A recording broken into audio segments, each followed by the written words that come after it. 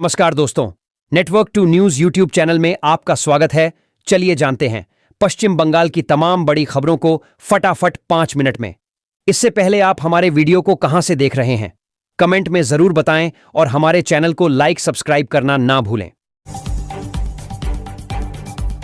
सोना 10,000 रुपये सस्ता, चांदी 21,000 रुपये फिसली। 14 दिन में आई बड़ी गिरावट। सोना और चांदी की कीमत में गिरावट का सिलसिला जारी है। अपने हाई लेवल से गोल्ड और सिल्वर प्राइस बुरी तरह क्रैश हो चुके हैं। जहां एमसीएक्स पर ये गिरे हैं, तो घरेलू मार्केट में बीते 17 अक्टूबर के भाव के मुकाबले गोल्ड 10,000 रुपये से ज्यादा सस्ता, जबकि चांदी 21,000 रुपये के आसपास सस्ती मिल रही है। सौरव गांगुली को आईसीसी अध्यक्ष होना चाहिए। सीएम ममता बनर्जी ने जमकर की पूर्व कप्तान की तारीफ। ईडन गार्डन्स में आयोजित कार्यक्रम के दौरान पश्चिम बंगाल की मुख्यमंत्री ममता बनर्जी ने भारतीय क्रिकेट टीम के पूर्व कप्तान सौरव गांगुली की जमकर तारीफ की। उन्होंने कहा कि सौरव ने देश, दुनिया और बंगाल तीनों के लिए योगदान दिया है। प्रधानमंत्री आवास योजना 2025, इतने पात्र लाभार्थियों को जल्द मिलेगा पैसा। प्रधानमंत्री आवास योजना, पीएम आवास योजना केंद्र सरकार की सबसे महत्वाकांक्षी योजनाओं में से एक है, जिसका उद्देश्य देश के हर गरीब व्यक्ति को पक्का घर उपलब्ध कराना है। सरकार की इस पहल ने उन लोगों के लिए उम्मीद की किरण जगाई है जो पहले झोपड़ियों या कच्चे घरों में रहने को मजबूर थे। बंगभूषण, गोल्डन चेन और बल्ला वर्ल्ड चैंपियन। आर्चा घोष को बंगाल सरकार और सीएबी से मिले एक के बाद एक पुरस्कार। वर्ल्ड चैंपियन आर्चा घोष का बंगाल पहुंचने पर जोरदार स्वागत किया। सम्मान समारोह के दौरान मुख्यमंत्री ममता बनर्जी ने उन्हें बंगभूषण पुरस्कार के साथ सोने की चेन और डीएसपी का नियुक्ति पत्र प्रदान किया। कार्यक्रम में पूर्व भारतीय कप्तान और बीसीसीआई अध्यक्ष सौरव गांगुली के साथ पूर्व भारतीय महिला टीम की कप्तान झूलन गोस्वामी भी मौजूद रहीं। बंगाल में रातें ठंडी होने की संभावना। मौसम विभाग ने अगले कुछ दिनों में तापमान में 2 से 4 डिग्री सेल्सियस की गिरावट का अनुमान जताया। भारतीय मौसम विज्ञान विभाग आईएमडी ने शनिवार को अनुमान जताया कि अगले 3 से 4 दिनों में पश्चिम बंगाल में न्यूनतम तापमान में 2 से 4 डिग्री सेल्सियस की गिरावट आएगी, क्योंकि राज्य में शुष्क मौसम बना रहेगा।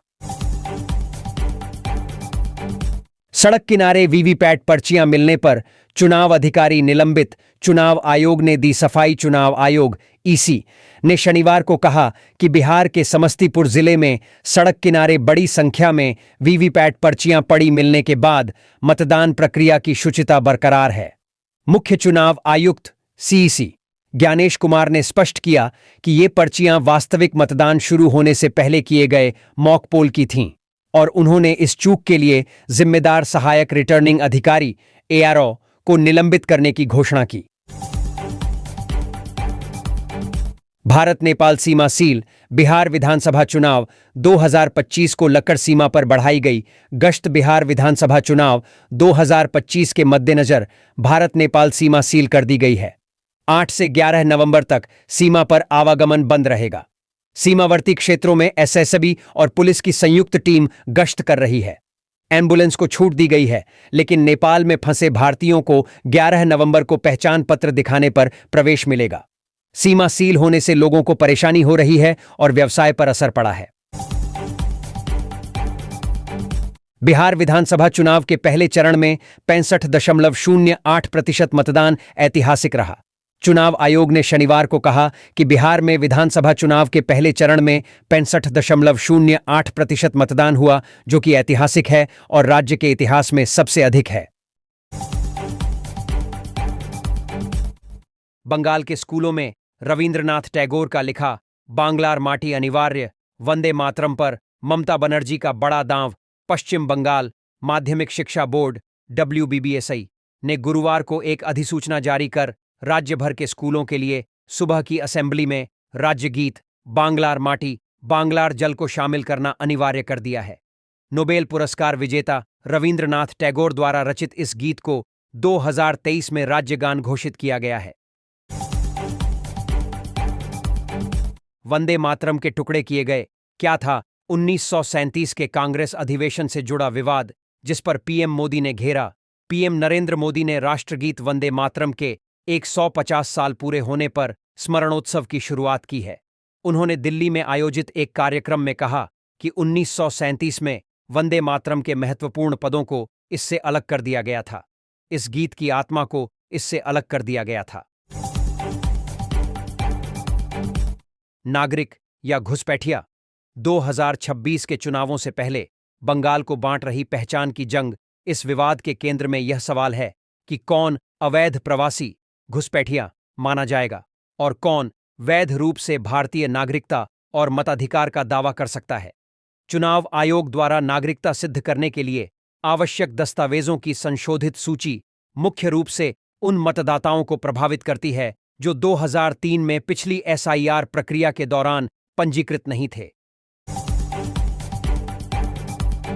बिहार की जनता भाजपा नीत एनडीए को आशीर्वाद देगी। 64.66% मतदान पर पीएम मोदी। बिहार के लोगों ने सारे रिकॉर्ड तोड़ दिए हैं। आजादी के बाद से राज्य में यह अब तक का सबसे बड़ा मतदान प्रतिशत है। पहले चरण में लगभग 65% मतदान हुआ। यह दर्शाता है कि बिहार के युवा, किसान और महिलाएं भाजपा के नेतृत्व वाले एनडीए को आशीर्वाद देने आ रहे हैं। प्रधानमंत्री मोदी ने औरंगाबाद में एक विशाल जनसभा को संबोधित करते हुए कहा। पूरा वीडियो देखने के लिए आप सभी को दिल से धन्यवाद। इस चैनल पर पहली बार आया है तो चैनल को सब्सक्राइब करिए, वीडियो को लाइक करिए। धन्यवाद।